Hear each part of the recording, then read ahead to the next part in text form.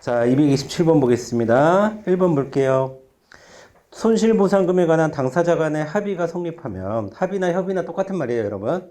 자, 그 합의 내용이 토지보상법에서 정하는 손실보상 기준에 맞지 않는다고 하더라도 합의가 적법하게 취소되는 등의 특별한 사정이 없는 한 추가로 토지보상법상의 기준에 따른 손실보상금 청구를 할 수 없다. 맞습니다. 뭐가 우선? 합의 우선, 협의 우선. 협의 우선주의. 2번 보겠습니다. 하나의 수용 재결에서 여러 가지의 토지 물건 권리 또는 영업의 손실 보상에 관하여 심리 판단이 이루어졌을 때 피보상자는 재결 전부에 관하여 불복하여야 하고 여러 보상 항목들 중 일부에 대해서만 개별적으로 불복할 수는 없다라고 했는데 틀렸습니다.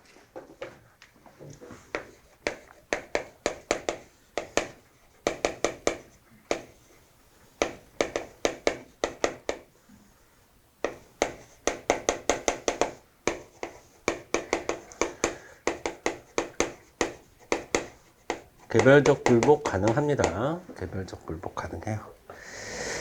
자, 2번이 틀렸고요. 3번 토지소용위원회의 수용재결이 있은 후라 하더라도 토지수요자와 사업시행자가 다시 협의하여, 이것도 똑같아요. 협의취득 우선주의입니다. 보상에 관해 임의로 계약을 체결할 수 있다. 예, 언제든지 협의가 우선이에요. 4번 자, 사업 인정고시가 된 후 사업시행자가 토지를 사용하는 기간이 3년 이상인 경우, 3년 이상 동그라미 치고 3년 이상 토지 소유자는 토지 수용위원회의 토지의 수용을 청구할 수 있고 토지 수용위원회가 이를 받아들여지지 않는 재결을 한 경우에는 사업 시행자를 피고로 하여 토지보상법상 보상금 증감에 관한 소송을 제기할 수 있다라고 했는데, 자, 이거는 226페이지에 226번에 4번하고 똑같은 말입니다. 이게 지금 토지 사용 기간이 3년 이상인데, 그러니까 여러분 보세요. 3년 동안 자, 내 땅이 요만했는데, 자, 요만큼을 수용해 갔어. 여긴 필요하대. 개발 제한 뭐 개발 구역이 요만한가 봐. 공익 사업이. 그러면 여기는 여기 공사하는 기간이 3년이 넘어가. 그럼 여기는 그동안 못 쓰잖아.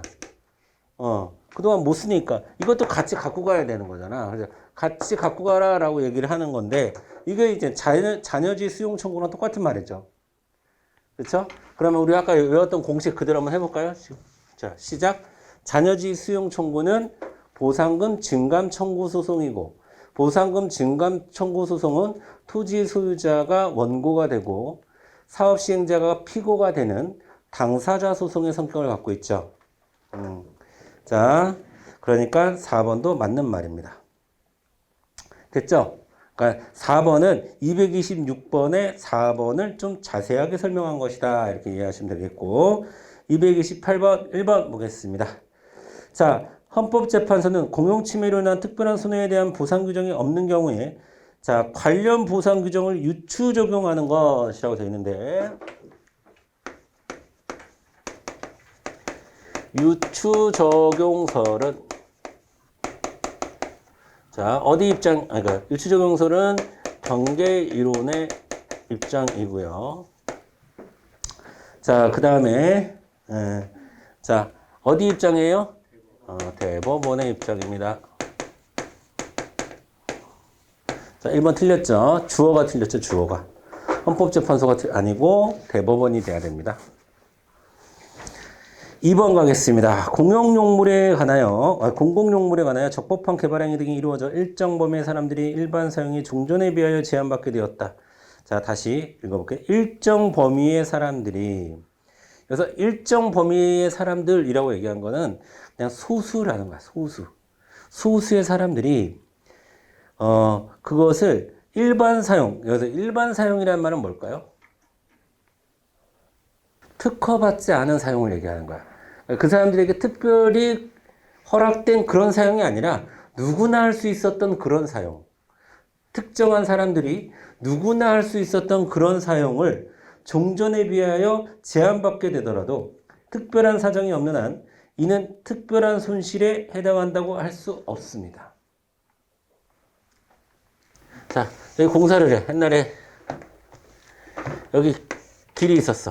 근데 여기 공사를 해. 그래서 지금 길이 이렇게 생겼어요. 이렇게. 그러면 자, 나는 옛날에 여기 그냥 지나다녔어. 근데 이건 내가 점유해서 사용했던 건 아니에요. 나한테 또 특허권이 있었던 건 아니야. 그냥 나는 여기 그냥 일반 사용을 했었어. 그런데 근데 이걸 하면 여기도 좋고 여기도 좋고 여기도 좋고 다 좋은데 요 동네 사는 사람들이 여기가 요 동네 사는 사람들을 뭐라고 부르는 거야 지금? 일정 범위의 사람들이라고 부르는 거야. 근데 요 동네 사는 사람들만 옛날에 비해서 약간 이렇게 돌아가. 그러면 일반 사용이 종전에 비해 제한받게 되었죠. 그렇다 하더라도 이거는 특별한 손실에 해당하지 않습니다. 사회적 제약일 뿐입니다.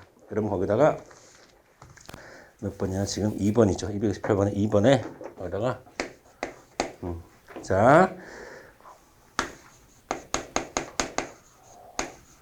어선어업자들의 백사장 사용 관련한 판례가 있어요. 예를 들면 자 여기가 바닷가야. 여기 백사장이야. 백사장이었는데 자 어선어업을 하던 사람들이 여기다 백사장에다 어선을 올려놨었어. 이제 일을 하지 않았을 때는. 그런데 지금 A 지방자치단체에서 이 해안가를 해수욕장으로 개발을 하고 싶은 거예요. 그래서 여기를 다 백사장으로 만들려고 해 지금. 그래서 여기를 이제 해수욕장으로 만들려고 하는데 어선들이 들어와 있으면 되겠어요, 안 되겠어요? 안 되죠. 나가라고 했어. 근데 우리가 이거 지금 사용해 왔었는데 왜 이걸 인정 안 해주냐? 그런 것들을 뭐라고 얘기하는 거야? 그러니까 일정 범위의 사람들의 일반 사용에 불과하다 이렇게 본 거예요. 야, 너 여기 특허 받고 사용했어? 아니요. 근데 뭐 빨리 나가 이렇게 되는 거예요. 아시겠죠? 3번 공익사업, 그러니까 정답은 3번, 2번이에요. 2번. 자, 3번은 또 왜 틀렸는가 봅시다. 공익사업의 시행으로 토속 채취 허가의 연장을 받지 못한 경우 그로 인해 손실은 적법한 공권력의 행사로 가하여진 재산상의 특별한 희생으로서의 손실보상의 대상이 되지 않는다라고 되는데 여러분 손실보상이 되기 위해서는 뭐가 성립해야 돼요? 인과관계가 성립해야 돼요. 인과관계가. 그럼 여러분 근데 내가 토속 채취하는 거하고 내가 토속 채취하는 거고 그 지역 개발하는 거하고 인과관계가 있어요? 인과관계가 없다고 본 거야 이거는. 인과관계가 없다고 보는 거야. 그래서 네가 토속 채취 못하는 거는 그리고 너 지금 토속 채취 허가는 특허죠 여러분. 너한테 특허를 줬는데 그 특허의 기간이 끝났다는 거예요? 안 끝났어요? 끝났다는 거야 지금. 끝났어. 근데 연장 신청을 한 거야 이 사람이. 끝났는데 근데 근데 거기 공공사업을 해야 돼가지고 더 이상의 토속 채취는 안 될 것 같아 이제는 이라고 관공서에서 얘기했더니 얘가 이제 소송을 건 거죠. 그러니까 법원에서 야 그거 너가 기간 끝났는데 뭐 이렇게 된 거예요. 그리고 네가 토속 채취 못하는 거하고 거기서 공공사업 하는 거하고 무슨 상관이 있어 그게. 그렇죠? 그 다음에 4번 보겠습니다. 개발제한구역 지정으로 인한 지가의 하락, 지가의 하락에 밑으로 가야 돼. 키워드를 싹 보여야 돼. 지가의 하락. 자, 여러분 그린벨트라고 흔히 얘기하는 개발제한구역은 크게 두 가지 경우가 있어요. 자, 더 이상 종래의 목적, 뭐 농지였으면 농지로 또는 종래의 목적 또는 다른 방법으로 사용 자체가 불가해요.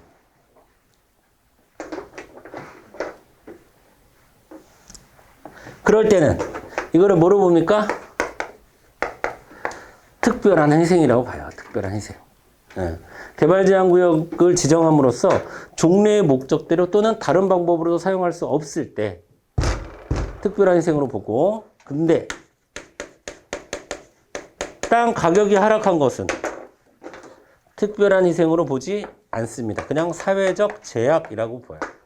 사회적 제약에 불과하다. 키워드를 뭘로 봐야 돼? 지가의 하락으로 봐야 돼요. 지가의 하락. 지가의 하락이 원칙적으로 사회적 제약 범주에 속하나 20% 이런 건 다 여러분 그냥 속임수입니다. 그냥 지가의 하락은 사회적 제약에 불과하다. 이렇게 정리해요. 지가의 하락은 자, 여러분 토지가 있어. 토지. 토지가 있다면, 여러분 잘 보세요. 토지를 사용하거나, 기본적인 제가 뭘 얘기하는 거냐면, 기본적인, 민사상 권리를 얘기하는 거야. 내가 어떤 토지를 소유하고 있어. 그럼 그 소유권자에게는 그 토지를 사용할 수 있는 권리가 있는 거예요. 그 토지에서 수익 활동을 할 수 있는 권리가 있어요. 그 토지를 처분할 수 있는 권리가 있어요. 그렇죠? 이게 기본적으로 보장되는 권리입니다. 이게 기본적으로 보장되는 권리예요. 이것이 침해받았죠. 이것이 침해받으면 특별한 희생입니다. 근데 여러분 지가가 하락했어. 이거 못해? 다 할 수 있어요. 그냥 땅 가격만 떨어진 거예요. 기준이 뭐야? 요거야. 사용수익 처분이야. 사용수익 처분. 이게 민사상 권리를 갖고 소유권자에게 주는 민사상 기본적인 권리가 사용수익 처분이에요. 근데 지가가 하락한 것은 사용수익 처분에 영향을 미치는 것이 아니라 사용수익 처분에 영향을 미쳤어? 그러면 그건 특별한 희생이에요. 근데 지가 하락 정도는 사회적 제약이라고 본다. 이것도 시험에 잘 나오는 거니까 잘 챙겨주시고 구분해 주시기 바랍니다. 자, 229번 가겠습니다. 자, 1번. 자, 민간기업도 수용주체 될 수 있어요. 민간기업도 수용주체 될 수 있다. 2번. 자, 이젠 보이죠? 키워드. 종래의 목적으로 사용할 수 없는 경우. 그러면 특별한 희생이죠? 특별한 희생이라는 얘기랑 사회적 제약의 한계를 뛰어넘는다는 얘기랑 똑같은 얘기죠? 3번. 정당한 보상이란 원칙적으로 완전 보상을 의미한다. 맞아요. 원칙적으로는 완전 보상을 의미합니다. 원칙적으로는 완전 보상을 의미해요. 그 다음에 4번. 간접적 영업 손실은 특별한 희생이 될 수 없다라고 하는데 간접적인 영업 손실도 특별한 희생으로 될 수 있다가 돼야 돼요. 될 수 있다. 자, 여러분 보세요. 몇 번이야? 209번에 4번. 자, 여러분 공유수면 매립이 있어요. 공유수면 매립 사업이 해요. 공공사업으로. 자, 공유수면 매립 사업이라는 것은 뭐냐면 바다나 하천 같은 것을 공유수면이라고 하는 건데 그런 것을 간척하는 거예요. 간척하는 거예요. 바다나 예를 들어서 여기가 이만큼이 바다야. 근데 여기를 이만큼을 간척해. 그래서 땅을 만들어. 땅을 만드는데 여기가 사실은 많은 사람들의 어업활동 공간이었어요. 그러면 공유수면 매립 사업으로 어업활동을 하죠. 이거를 뭐라고 부를까? 자, 공유수면에서 어업활동을 하고 있었는데 공유수면에 매립했어. 그래서 어업활동을 못해. 이거를 여러분 직접적 영업손실이라고 하는 거예요. 실제 있었던 판례예요. 영업손실이라고 하는 거야. 이건 직접적이잖아. 그치? 여기서 어업활동을 하고 있었는데 여기를 하니까 여기를 매립하니까 이건 못하는 거잖아. 그쵸? 그런데 여기에 뭐가 있었냐면 여기에 우리 주문진이나 이런 데 가면 여기 뭐 있어? 여기 항구가 있으면 여기 뭐 있어? 다. 업한장이라고 여러분. 업한장이라고 여기서 잡은 물고기를 파는 그건 뭐라고 그러지? 업한장이라고 그러죠? 업한장. 업한장. 그 자리에서 막 회도 먹을 수 있고 그런 데 있잖아요. 그런 데 뭐라고 그러지? 업한장이라고 그래요. 업한장. 업한장이라고 합시다. 판례는 업한장인데 그 업한장이라고 부르는 거 말고도 또 있는데 어쨌든 바로 있어요. 목포에 가도 있어요. 목포에도 목포항 바로 뒤에 그런 회 파는 데가 있어요. 그런 데에 영업은 어떻게 될까? 여기는 기본적으로 왜 존재하는 거예요? 여기서 어업 활동이 이루어지니까 여기 업한장이 있었던 거 아닙니까? 여기 판매장이 있었다는 거잖아요. 그래서 이거를 자, 위탁 판매업이죠. 여기 위탁 판매업. 위탁해서 판매하는 데가 있어요. 자, 이런 거를 뭐라고 부르냐면 간접적 영업 손실이라고 하는 거야. 그럼 업한장 영업도 안 됐겠지. 자, 요 사업으로 인해서 요런 영향을 미쳤고 그 다음에 요거 때문에 여기 영업이 정지됐을 거 아니야. 이것을 여러분 간접적 영어 손실이라고 하는 거예요. 근데 여기에 손실보상 인정한 판례가 있습니다. 여기까지. 그러니까 간접적 영업 손실도 손해배상, 죄송합니다. 손실보상의 대상이 될 수 있다. 즉 특별한 희생으로 볼 수 있다. 너무 연관관계가 확실하잖아요. 그렇죠? 간접적이지만 특별한 희생으로 본다. 230번 가겠습니다. 자, 1번 공익사업을 위한 토지 등의 취득 및 보상에 관한 법률에 의한 잔여지 수용 청구를 자, 또 공식 나왔습니다, 여러분. 자, 잔여지 수용 청구는 보상금 증감 청구 소송이고 보상금 증감 청구 소송은 원고인 토지 소유자가 피고인 사업 시행자에게 하는 당사자 소송입니다. 항고소송 X 두 번째 줄 후단에 항고소송 X 2번 보겠습니다. 사업해지 나왔습니다. 공식 나왔습니다. 사업해지 행정소송 민사소송 X 3번 공익사업을 위한 보상합의는 사법상 계약의 실질을 가진다. 정답 3번 사법상 계약의 성격을 가져요. 보상합의 또는 그 여러분 보상합의 밑에다가 여러분 협의취득이라고 써주세요. 협의취득 항상 보상합의, 협의취득 똑같은 말이에요. 사법상 권리를 계약의 성질을 갖습니다. 자, 그 다음에 4번 볼게요. 4번. 자, 여러분 잘 보세요. 공유수면 매립 면허에 고시가 있어. 그 사업이 시행되고 그로 인하여 직접 손실이 발생한다고 할 수 있으므로 자, 관행 어업권자는 공유수면 매립 면허의 고시를 이유로 손실보상을 청구할 수 있다. 이게 틀렸는데 아까 된다면서요. 직접적 영업 손실도 되고 간접적 영업 손실도 된다면서요. 근데 맞아요. 돼요. 손실보상 되는데 여기 왜 틀렸어요? 뭐 때문에 틀렸어? 자, 두 번째 줄에 고시를 이유로.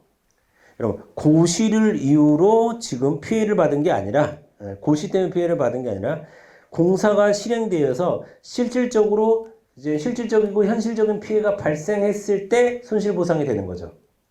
고시는 안 지켜질 수도 있잖아요. 그렇죠?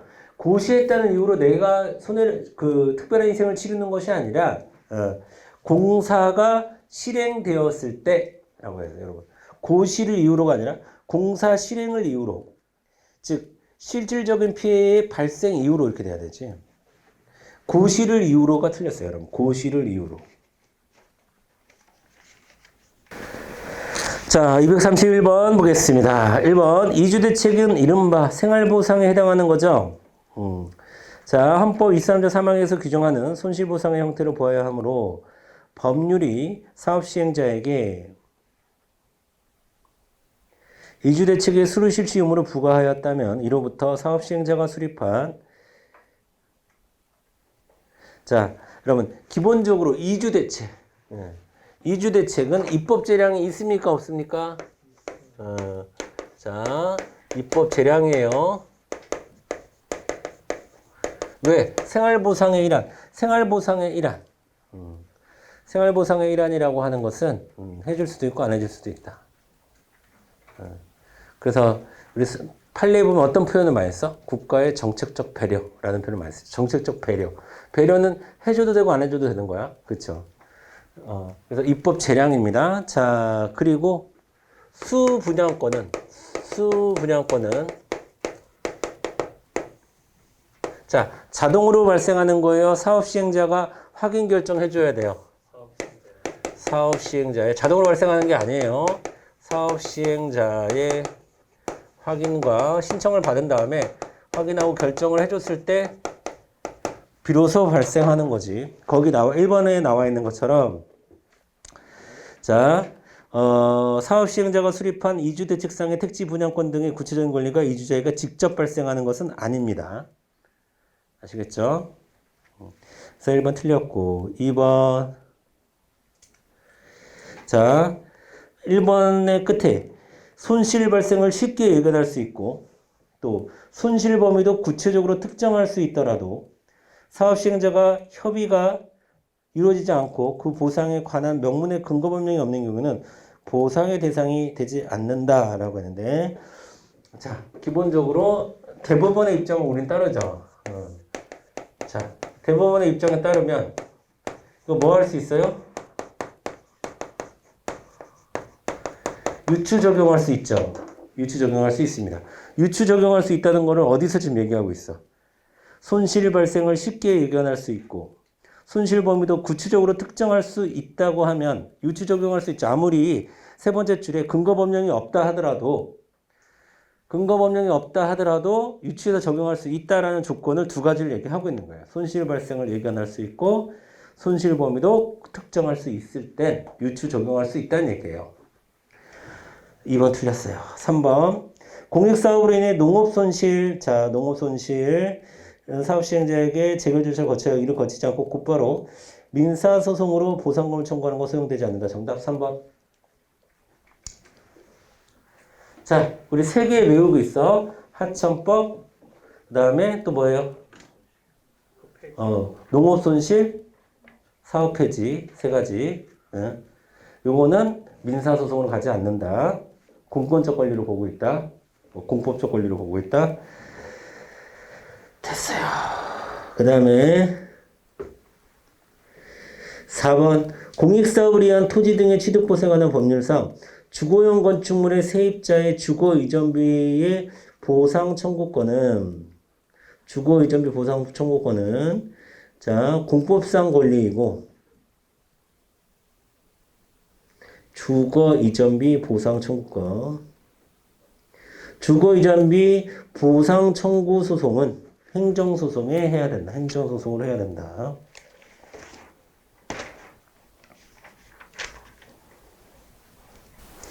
자, 여러분 일단 기본적으로 우리가 이제 그 정리를 해야 될 거는 세입자에 대한 이주 대책은 입법 재량이에요. 그러니까 안 하면 재산권 침해다. OX? 안 해도 재산권 침해 아니다. 세입자에 대해서는. 그렇죠? 그거 있고 그러면 이렇게 주거 이전비를 보상해 준다는 얘기는 국가가 공익적 차원에서 진행하는 거죠. 이거는 국가가 공익적 차원에서 진행하는 거야. 안 해도 되는데 국가가 공익적 차원에서 진행하는 거면 이거는 그때 발생하는 권리이기 때문에 공법상 권리이고 행정소송이라고 보는 거고 232번 자, 안 해도 되는 이런 거 시험에 안 나옵니다. 안 해도 되는데 어쨌든 수용적 침해는 지금 보상 규정과 침해 규정과 보상 규정이 공존하고 있지 않았을 때 독일 연방사법재판소에서 지금 적용하고 있는 건데 뭐 여러분 그것까지 아실 필요는 없는데 어쨌든 관련이 가장 많은 것은 결과에 대한 책임을 지겠다라는 거예요. 쉽게 얘기하면 보상 규정이 없어도 보상해 주겠다 뭐 이런 얘기예요. 결과에 대한 책임을 지겠다. 근데 이런 식의 문제 나오지 않을 겁니다. 자, 233페이지 보겠습니다. 여러분 복습하실 필요도 없습니다. 사실 232번은 233 결과제거 청구권 볼게요. 결과제거 청구권 1번 보겠습니다. 결과제거 청구권은 위법한 상태를 제거하기 위법한 상태 제거 밑줄 원상회복 밑줄 맞아요. 요거 때문에 하는 거고 2번 자 고의나 가실을 요하지 않는다. 또 중요하죠. 고의나 가실이 중요한 게 아니라 위법한 상태이면 그걸 제거하면 되는 거예요. 위법한 상태냐 아니냐가 중요한 거지 그 위법한 상태를 유지하는 것이 고의나 가실성이 있느냐 없느냐를 따지진 않습니다. 고의나 가실 요하지 않는다. 정답 2번. 자 3번 공법상 결과제거 청구권이니까 당연히 공법적인 행정작용의 결과만을 얘기하는 거겠죠. 4번 자, 공법상 위법한 상태는 적법한 행정작용의 효력의 상실에 의해서 사후적으로도 발생할 수 있다. 자, 234번. 자, A씨는 234번은 여러분이 좀 이해를 하실 필요가 좀 있어요. 자, A가 C야, AC. 자, 지자체라는 얘기야, 지자체. 그다음 B는 복지시설, B 복지시설. 그다음에 C는 뭐라고 해야 돼 여기서? C는 망나니? C는 사고 치는 사람. 자, 그럼 이 스토리가 어떻게 되는 거냐면, 자, 이 C가 거주할 데가 없어. 거주할 데가 없으니까 A가 B한테 야, C를 좀 거주시켜라 한 거야. 근데 거주 기간이 지났는데도 안 나가, 이 C가. 안 나가고 A씨도 조치를 취하지 않아요. 거기다가 C가 방의 일부를 파손했어, 파손. 파손했어, 파손. 자, 스토리 이해되시죠? 그래서 그런 상황이야. 1번, 그 복지단체에서는, 복지시설에서는, 자, A씨가 명령한 6개월의 기간이 종료되었으므로 A씨에 대하여 C가 퇴거하도록 해줄 것을 요구할 수 있다. 자, 여러분, A는 B한테 뭘 요청한 거? B한테 무슨 명령을 내린 거야? 거주시켜라. 라고 했는데 기간이 끝났어. 그러면 퇴거는 누가 시켜야 돼? 퇴거 명령은 A씨가 내려. 왜? A씨가 얘한테 주거 명령을 내렸으니까, 주거 명령이라고 거기 돼 있나요? 거주할 수 있도록 명령을 내렸으니까 얘가 거주시킨 거잖아. 그러면 퇴거도 누가 시켜야 돼? A가 시켜야 되는 거잖아요. 그렇지? 그러니까 1번은 이해되시죠, 여러분? A에게 C에 퇴거하도록 해주고 당연히 요구해야 되겠지. 기간이 지났는데. 6개월 동안 거주하라고 했는데. 2번. 그러면 복지시설에서 지자체에게 C에 대한 퇴거 조치를 요구하는 것은 공법적인 관계고. 그쵸? 그리고 이에 대한 소송은 당사자 소송을 한다는 것이 일반적인 관행이다. 맞습니다. 당사자 소송으로 해야 돼요. 자, 그 다음에 3번. B는 A씨에게 C에 대한 퇴거 조치를 요구함에 있어 C가 파손한 부분에 대한 원상회복도 청구할 수 있다? X입니다. 3번이 틀렸어요. 여러분, A씨에서 C한테 여기에서 주거하라고 그랬지. 여기 들어가서 파손하라고 시켰나? 파손에 대한 책임은 뭐와 뭐의 관계예요? B와 C의 민사상 관계죠. 그렇죠? A씨는 주거 명령을 B에게 내렸을 뿐인 거지. 파손에 대한 책임까지 지는 건 아닙니다. 이거는 B는 C에게 민사상 손해배상 청구를 해야 됩니다. 다시 B가 C에게 민사상 손해배상 청구를 해야 되지 그 손해배상을 A에게 물을 수는 없습니다. 그러면 파손이라는 사건을 두고 보면 A는 뭐라고 불러야 돼? 법적으로? 제3자야. 얘네 둘이 당사자야. 얘가 가해자, 얘가 피해자야. 그러면 얘한테 손해배상 청구를 소송을 하면 되는 거지. A가 들어갈 곳은 없어요. A는 제3자에 불과해요. 파손이라는 사건에 있어서는. 거주가 아니라, 거주, 퇴거 이런 문제가 아니라 파손에 관련해서는. 자, 그 다음에 정답은, 4번 맞죠? 민사상 손해배상 청구를 소송을 해야 되고. 그 다음에 A씨의 명령은 행정소송법상 처분에 해당해요. 그러니까 B가 지켰겠지. 취소소송을 통해서 다툴 수 있으나, 맞아요. 이미 제소기간이 경과되었겠죠. 제소기간은 얼마입니까? 안날 90일, 이튿날 1년이잖아. 근데 지금 안날과 이튿날 먼저 도래한 것을 원칙으로 하는 거죠. 그럼 당연히 알았지. 알았으니까 이해했을 거 아니에요. 6개월이 지났잖아요. 그러니까 안날 90일이 도과됐죠. 즉 제소기간이 도과된 상태입니다. 제소기간은.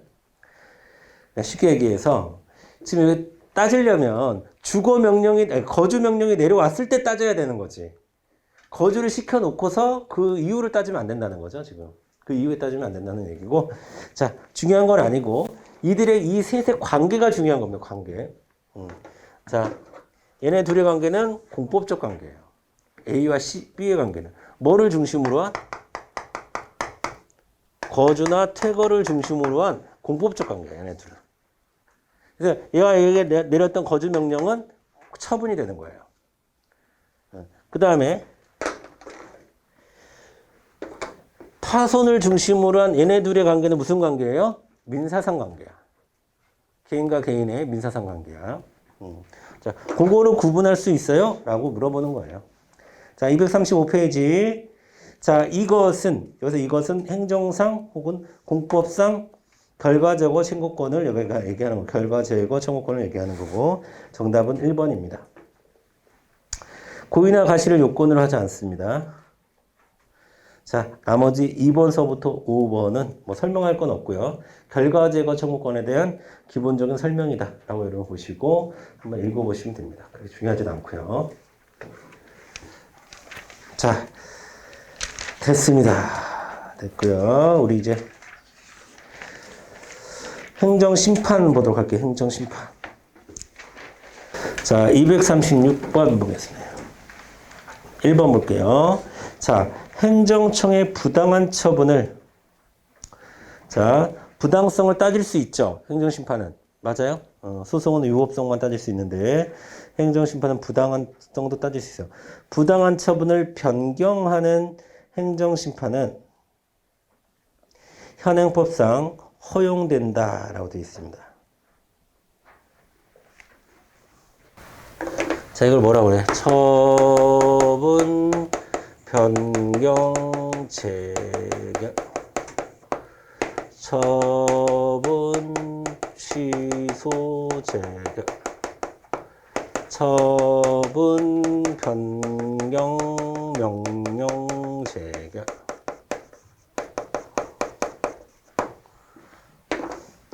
자, 요거는 취소 심판의 인용 재결의 종류죠. 맞아요? 취소 심판의 인용 재결. 취소 심판에서 상대방의 주장을 인용하는, 신청인의 청구인의 주장을 인용하는 재결은 요 세 가지입니다. 그러면 여러분 보세요. 시험에서 뭐가 나올까? 처분, 취소, 명령, 재결이 나오겠지.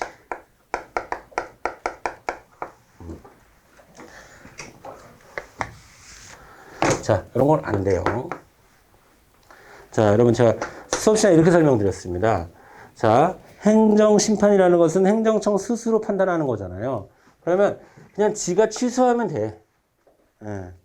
취소를 명령할 필요까지는 없어요. 지가 취소하는 거나 명령해서 취소하는 거나 똑같아요. 다 같은 행정청이니까 국민이 바라보기에는 자기가 하면 돼. 근데 변경은 지가 변경하면 돼요.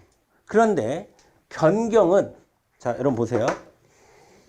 너 잘못됐어 라는 판단은 대신 내려줘도 되지, 사실은. 대신 내려줘도 돼요. 그런데 변경이라는 것은 새로운 처분으로 바꿔줘야 되는 거야. A라는 처분을 B라는 처분으로 바꿔줘야 된다는 거잖아. 그러면 이거는 처분청의 전문성을 갖고 있겠죠. 그치? 그러면 그거는 처분청이 변경을, 그러니까 행정심판위원회에서 직접 하기가 힘들다는 거야. 취소는 법에 맞냐, 안 맞냐, 부당하냐, 부당하지 않느냐, 당부당이나 적법 위법은 행정심판위원회에서 판단할 수 있어요. 그래서 취소는 본인이 직접 해도 돼. 이건 굳이 명령할 필요가 없어. 하지만 변경은 새로운 처분을 해야 되는 거잖아. 그래서 이거는 처분청한테 하라고 명령까지 할 수 있어요. 명령할 수 있어요. 그래서 취소 명령은 안 되지만 변경 명령은 된다. 이걸 여러분 기억하셔야 돼요. 아시겠죠? 요게 중요한 거고.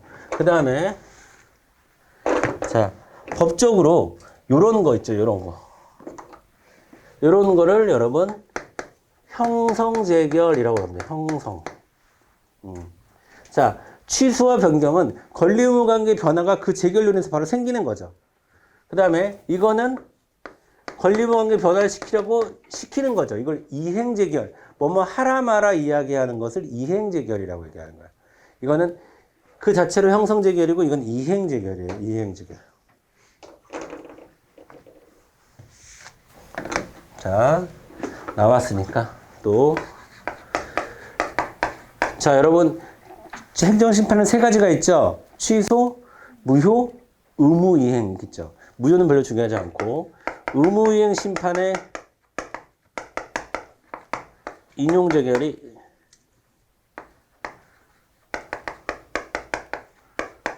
두 가지가 있어요.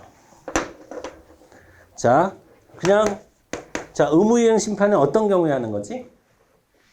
부작위이거나 아무것도 하지 않거나 거부 처분이 있었을 때 의무이행 심판으로 갈 수 있죠.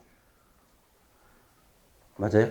그럼 참고로 거부 처분이 있었을 때는 의무이행 심판으로만 가야 돼요? 아니면 취소 심판으로 가도 되고 의무이행 심판으로 가도 돼요? 둘 다 가도 돼. 둘 다 가도 돼. 거부 처분일 때는. 거부 처분일 때는 소송에서는 어디로 가요? 취소 소송으로 가죠. 부작위로 갈 수 있어요? 없어요? 못 가. 그런데 심판에서는 거부 처분일 때는 취소 심판으로도 갈 수도 있고 의무이행 심판으로도 갈 수 있어요. 아시겠죠? 일단 어쨌든 그런 부작위와 거부 처분에 대한 소극적 처분에 대한 의무이행 심판의 인용을 받아들일 때에는 그냥 행정청이 알았어 처분해 줄게 처분 재결이 가능합니다. 그 다음에 처분하라고 명령하는 재결이 있어요. 이것도 가능해요. 처분 명령 재결도 가능해요. 자, 여러분 보세요. 이것도 똑같은 논리야. 여러분 보세요. 그냥 알아서 처분해 줄게. 웬만하면 알아서 처분해 줄게. 이렇게 해도 되는데 근데 이거는 좀 행정심판위원회가 전문성이 떨어지니까 그냥 처분을 했던 곳에서 거부 처분을 하거나 부작위를 했던 곳에서 야 니네가 처분 좀 해라. 니네가 좀 여러 가지 조사해가지고 처분 좀 해라. 라고 명령할 수도 있는 거야. 그러니까 이거는 뭔가 새로운 처분이 발생하는 거죠. 이것도 새로운 처분이 발생하는 거잖아. 그럴 때는 명령할 수가 있어. 근데 이건 기존의 처분을 그냥 없애는 거니까 취소 명령 재결은 없어요. 처분 재결도 있고 처분 명령 재결도 있는데 변경 재결도 있고 변경 명령 재결도 있는데 취소 재결은 있지만 취소 명령 재결은 없어. 그러면 이거를 우리가 형성적 성격을 갖고 있죠. 이거는 이행적 성격을 갖고 있고요. 자, 그 다음에 또 이제 심화로 가면 여기에서 요거 있죠. 우리가 나중에 직접 처분이라는 게 있거든요. 안 하면 직접 처분한. 그러면 이건 직접 처분 이미 한 거니까 직접 처분의 대상은 뭐예요?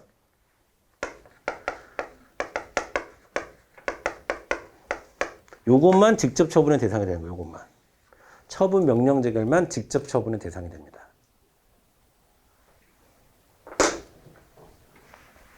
자, 이건 좀 이따 문제 통해서 보고요. 일단 보겠습니다. 236번. 자, 됐죠? 자, 처분 변경 재결 가능하다는 거예요. 처분 변경 재결.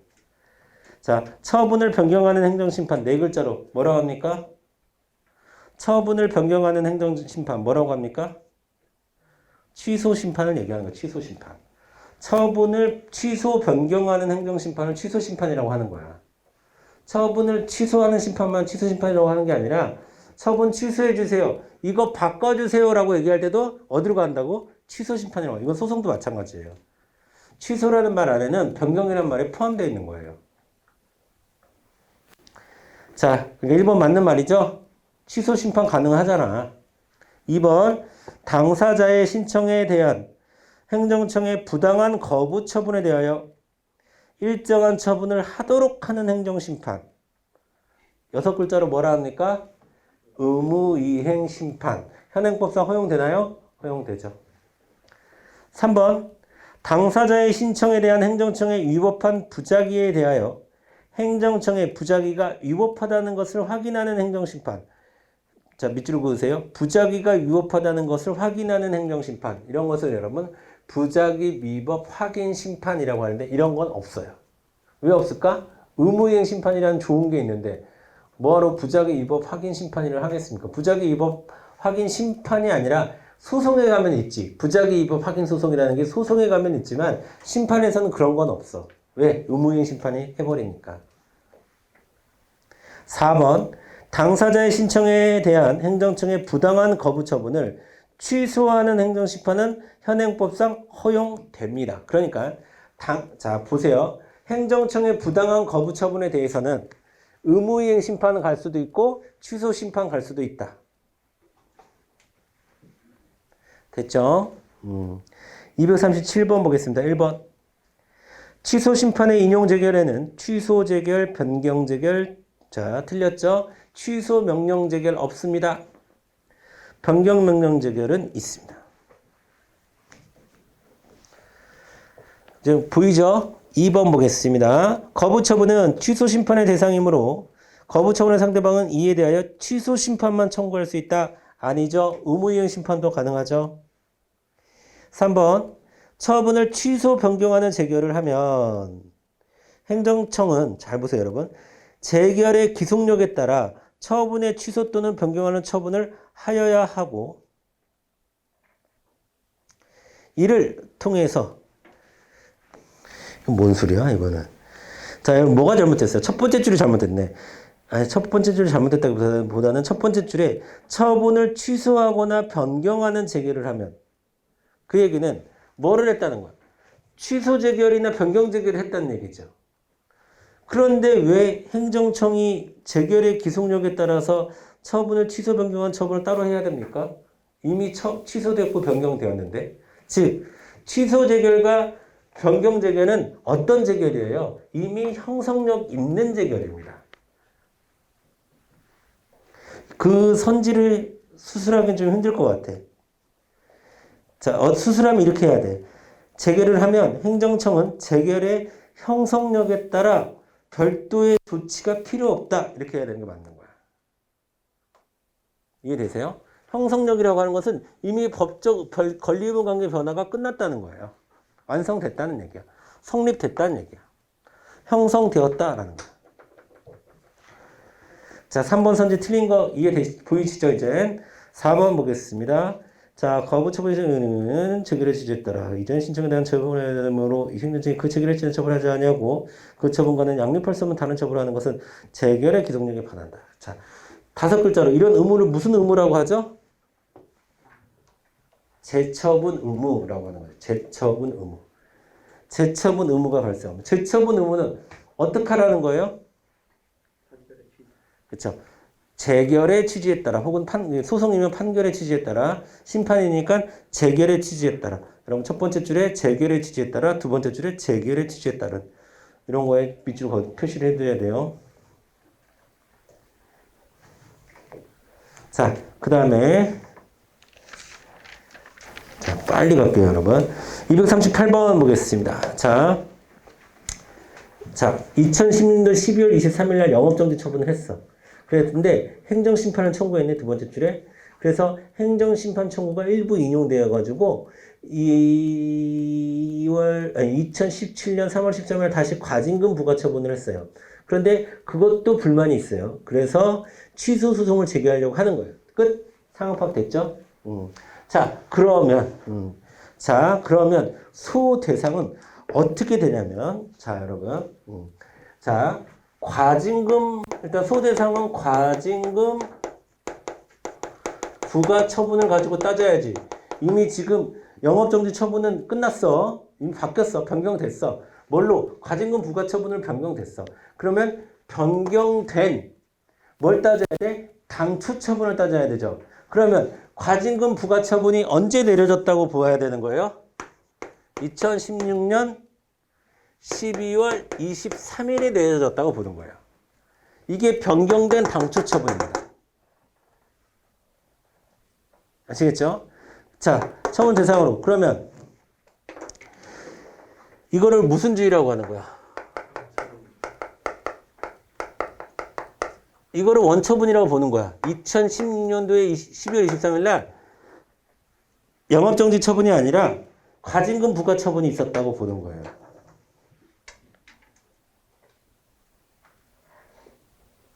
자, 됐죠? 자, 그 다음에 제소기간을 따질 때는 여러분 제소기간은 언제 따지는 거야? 기준이 뭐야?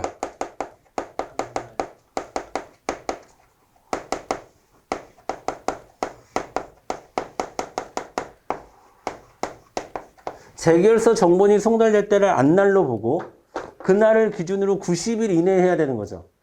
안날 90일 이내. 그쵸? 그러면 여기에서 재결서 정본 송달일이 언제예요? 2017년 3월 10일 아니야? 맞죠? 자, 그 다음에 피고는 누가 돼야 돼요? 피고. 지금 원처분주의니까 피고는 누가 돼야 돼? 피고. 그렇죠. A시장이 돼요.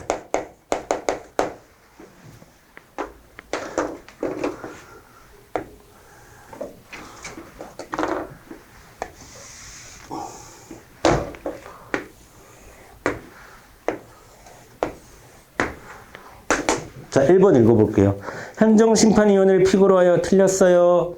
2016년 12월 23일 맞았어요. 영업정지 처분 틀렸어요. 과징금 부과 처분이 돼야 됩니다.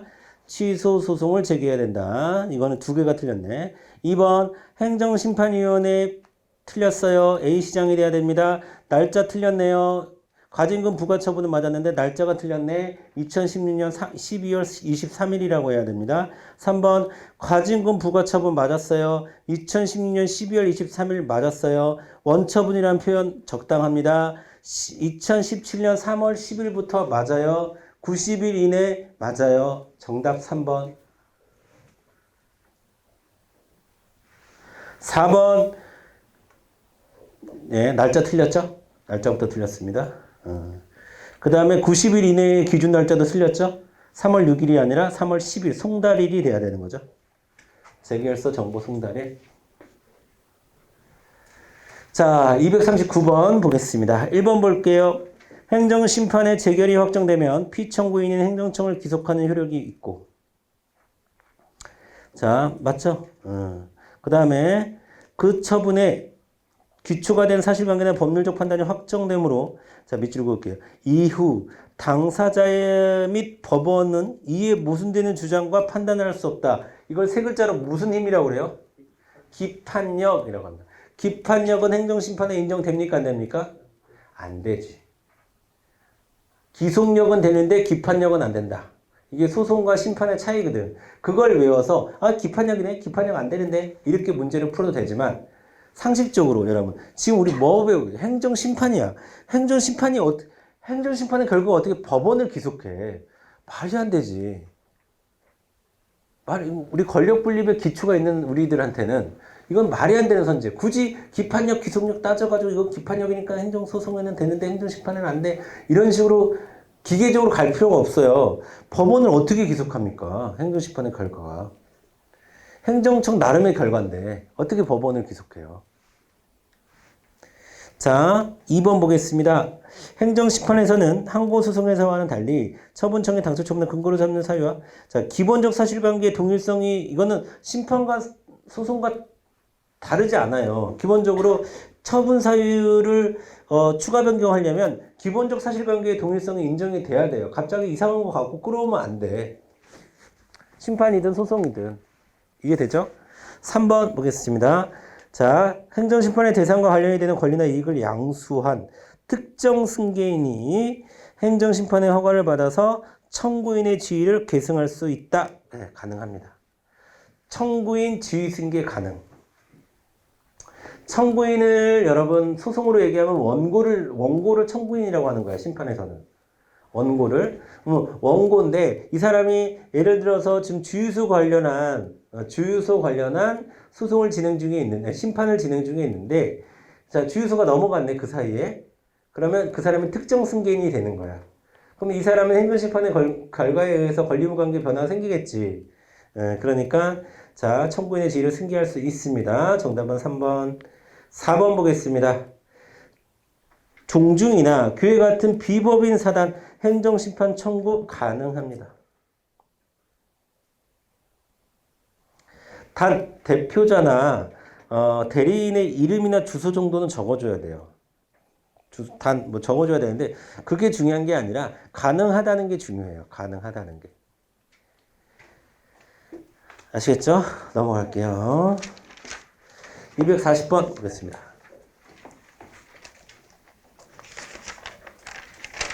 자, 오늘 우리 어떻게 됐었는지 254번까지는 끝내야 돼요.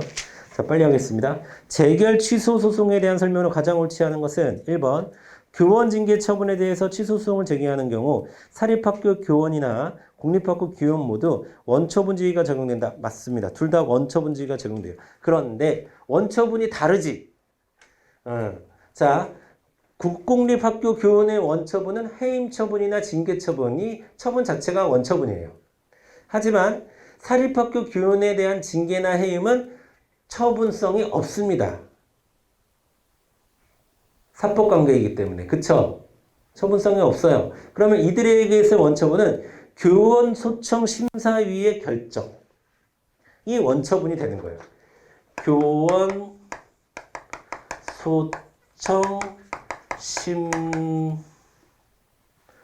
행정심사위원회라는 게 있어요. 여기에 결정이 원처분이 되는 거고. 그렇지만 둘 다 원처분주의는 원처분주의야. 이해되시죠? 자, 그 다음에 2번 국공립학교 교원의 경우에는 원처분주의에 따라 원처분만이 소외 대상이 된다. 틀렸습니다. 자, 원처분주의는 원처분을 소외 대상으로 하는 게 원칙이고 예외적으로 재결 자체에 하자가 있을 때는 예외적으로 언제? 재결 자체에 어떤 하자? 고유한 하자. 재결 자체에 고유한 하자가 있을 때는 재결도 처분의 대상이 심판의 대상이 되죠. 소송의 대상이 되죠. 재결 취소 소송. 이해되시죠? 재결도 소 대상이 된다. 고유한 하자가 있을 때. 3번 사립학교 교원에 대한 학교법인의 징계는 처분 아닙니다. 처분성 없어요. 3번 맞는 말이지. 4번 사립학교 교원의 경우에 원처분은 요게 되는 거지. 근데 둘 다 원처분주의라고 얘기해야 돼요, 여러분. 원처분이 다르다고 해서 원처분주의가 아닌 건 아닙니다. 뭔 말인지 아시겠죠? 241번 1번 행정심판 청구는 엄격한 형식을 요하지 않는 서면 행위로 해석된다. 여러분 행정심판 청구는 서면 동그라미 서면으로 해야 돼요. 서면. 2번 행정처분이 있은 날이라면 효력이 발생한 날을 의미합니다. 맞아요. 행정심판의 가구제 제도는 집행정지제도와 임시처분제도, 임시처분제도를 다른 말로 가처분제도라고 얘기합니다. 가처분제도. 자, 두 가지 출제 포인트가 있어요. 행정심판은 집행정지도 되고 가처분도 됩니다. 하지만 행정소송에서는 뭐만 돼요? 집행정지만 돼요. 가처분 인정하지 않습니다. 소송에서는. 요거 하나. 두 번째, 집행정지를 할 수 있으면 집행정지를 하는 거지 집행정지를 할 수 있음에도 가처분 할 수 있다 없다? 없다. 그럼 가처분을 뭐라고 하는 거야? 보충적 성격입니다. 집행정지를 못했을 때 최우수단으로 하는 거지 가처분을 남발하면 안 돼요. 아시겠죠? 가처분이라는 것은 새로운 법적 지위를 임시적으로 주는 거야. 이거는 굉장한 특혜를 주는 거야. 그 사람한테.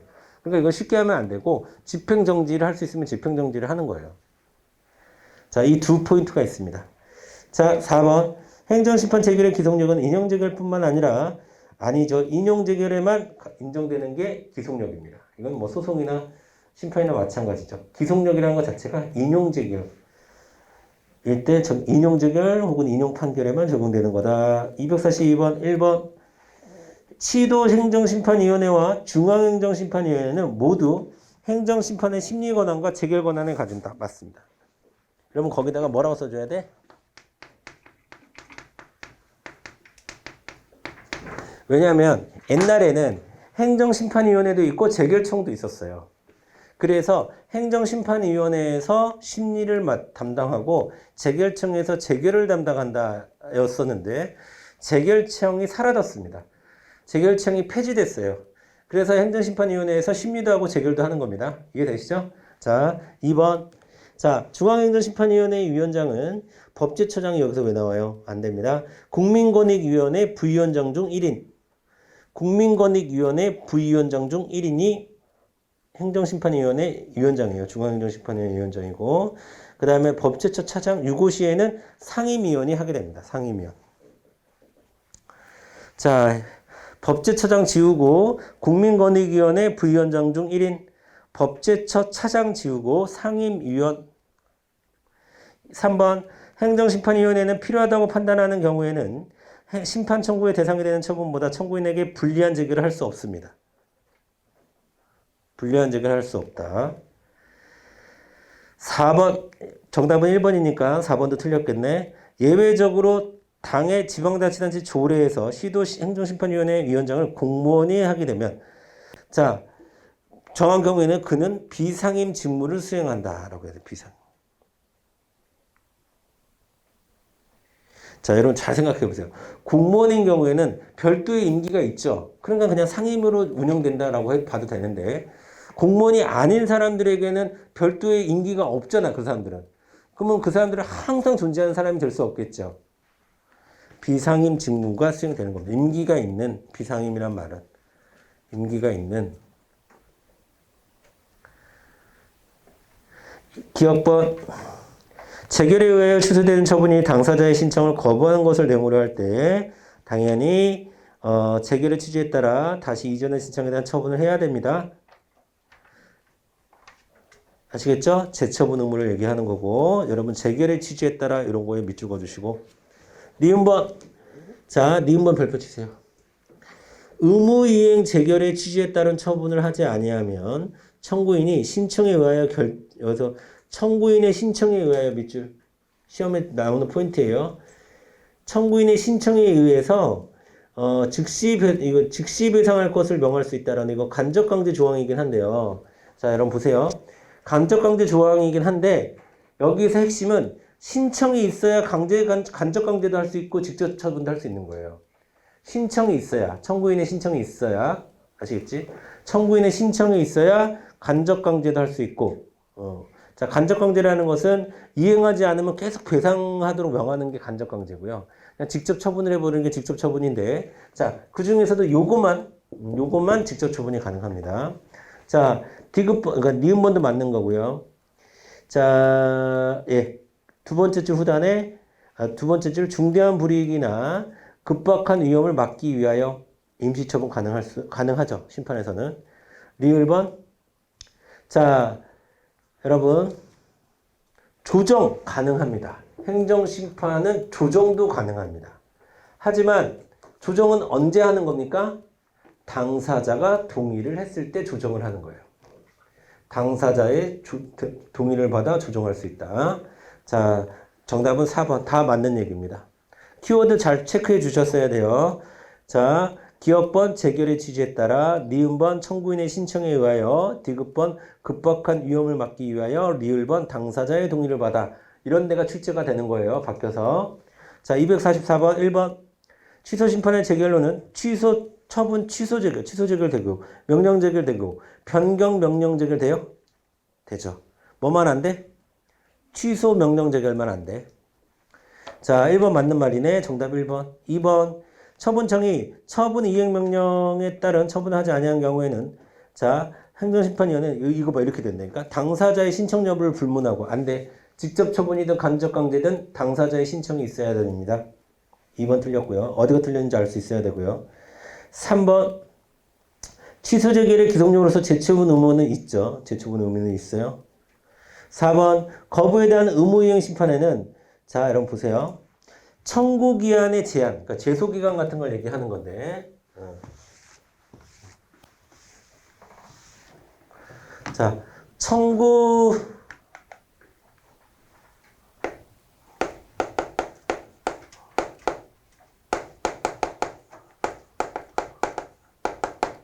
자, 인정됩니까? 안 됩니까? 의무이행 심판에서.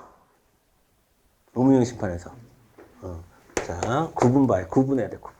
의무이행 심판은 부적이거나 거부죠.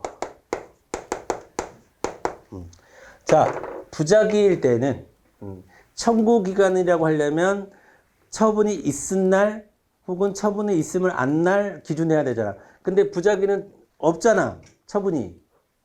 그쵸? 아무 행동도 안 한 거잖아. 그럼 이때는 기준점이 없기 때문에 청구기한의 제한을 받지 않습니다.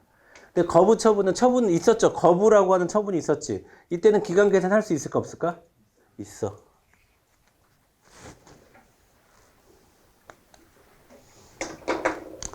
그 다음에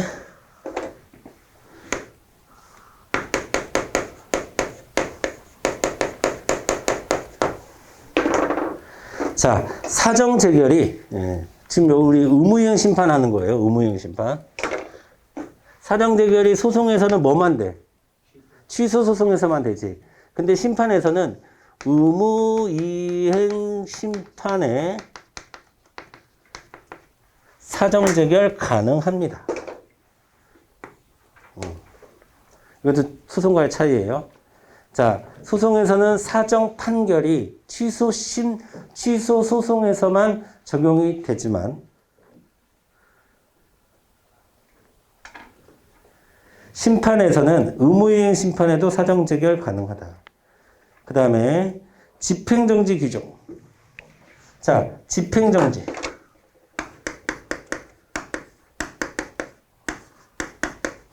집행정지는 어떠한 처분을 멈춰달라는 거죠. 맞아요? 멈춰달라는 거죠. 근데 의무이행 심판의 대상이 뭐라고? 부작위 아니면 거부라고. 그럼 어떠한 처분 있어요? 진행되는 처분 있어? 적극적으로 진행되는 처분 없지?